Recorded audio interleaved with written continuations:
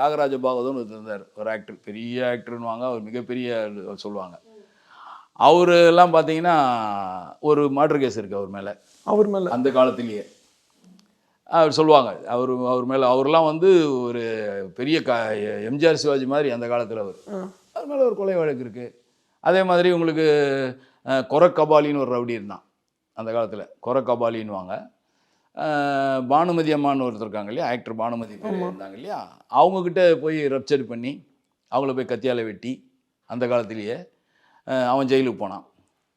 அப்படி இருக்குது, அந்த காலத்துலேருந்தே இருக்கே இல்லை. ஏன் நமக்கு தெரிஞ்சு நம்ம பீரியட்லேயே நம்ம பார்க்குறோம் இல்லையா, திடீர்னு கோபதாபத்தில் எமராதா போனார், எம்ஜிஆரை சுட்டார்.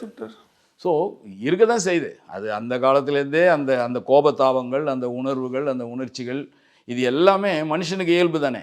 அந்தந்த சூழ்நிலையை பொறுத்து, அந்தந்த சூழ்நிலைக்கு பொறுத்து தான் அங்கங்கே நடக்கிறது. அதுக்கும் இதுக்கும் சம்மந்தம் இல்லை. எது நடந்தாலும் வந்து காவல்துறை வந்து ஒரே நிலைப்பாடு தான். அது தப்பு செஞ்சால் அதுக்கு உண்டான தண்டனையை கட்டாயம் நம்ம வாங்கி கொடுக்கணும். அந்த அக்யூஸ்ட் எங்கே போனாலும் சரி, எங்கே ஓடி ஒழிஞ்சாலும் நம்ம விட போகிறதில்ல.